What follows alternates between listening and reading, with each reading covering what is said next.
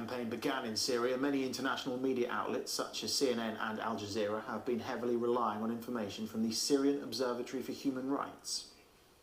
The Syrian Observatory for Human Rights says that 30 people, including child soldiers, have been killed. One human rights group says Russian airstrikes killed 28 people. Syrian Observatory for Human Rights said 36 people were killed.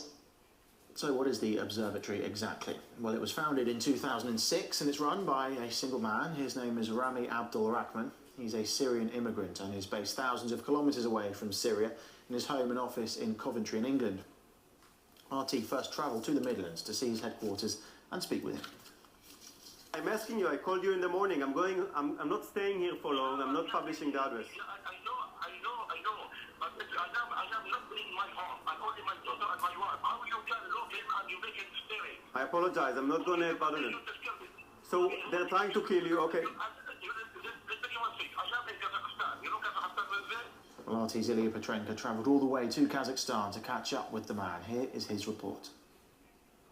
The only thing we knew about Mr. Abdul Rahman's whereabouts was that he left the UK for Kazakhstan, but tracing the steps of the Syrian opposition was a big help. They got together for a conference in one of the Kazakh capital's lavish spots. Looks like a really posh hotel.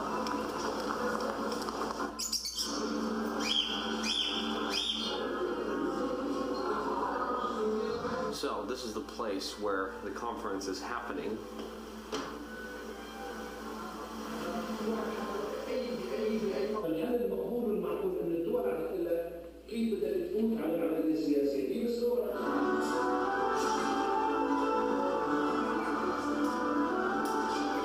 I think that's the man. So now we definitely know that the head of the Syrian Observatory for Human Rights is here, and we're going to ask him a couple of questions. Hello, sir? Do you have a couple of minutes? After a bit of wrangling, the head of the Syrian Observatory for Human Rights agreed to answer our questions. But suddenly, the man who'd been having cozy rendezvous in the lobby bar got really nervous and started pacing up and down with his phone. After a couple of hours, we were finally able to get the conversation going.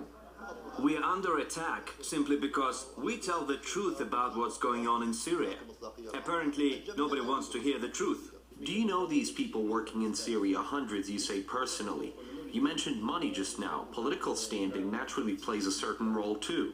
People may have totally different interests. Can you really trust all of them? I know all of the activists working for the Syrian Observatory for Human Rights. You keep saying that you know all these people personally. When was the last time you went to Syria? The last time I was in Syria was in 2000. But I know some of the observatory activists through common friends. This organization only takes in new members following a 6-month trial period, and the candidate has to be familiar to someone with the organization or to a reliable outside contact. An organization with noble intentions that takes care of its image. I wanted to delve deeper into its work and came across one of the most sensational updates from the Syrian Observatory for Human Rights. Russian warplanes kill 30 civilians in Homs, published on October the 1st. The targets mentioned are Talbisa, Rastan, and Al-Zafrana. Meanwhile, on the Arabic version of the website, the same date, the same locations, but no mention whatsoever of Russian airstrikes. We only see the words Assad regime. The contradicting reports can still be found on the webpage. Rami Abdul Rahman's organization has been used as a primary source of information when it comes to Syrian civil war atrocities for years. We've been wondering what makes their activists' reports so credible and widely trusted. Well, after talking to the director, I get it. It's because he trusts them. Now, Turkey's claims that Russian jets twice flew into its airspace over the weekend have drawn much attention in the West. RT's In the Now looked at the reaction to this.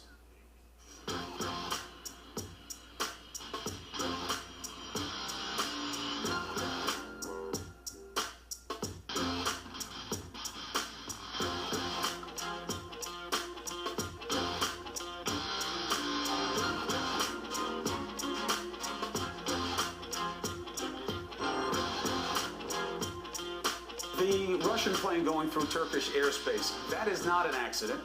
That is just testing limits.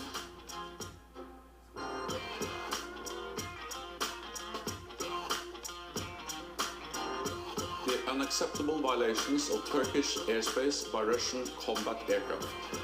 I will convene a meeting of the North Atlantic Council later today to discuss the situation. I call on Russia to fully respect NATO airspace and to avoid escalating tensions with the alliance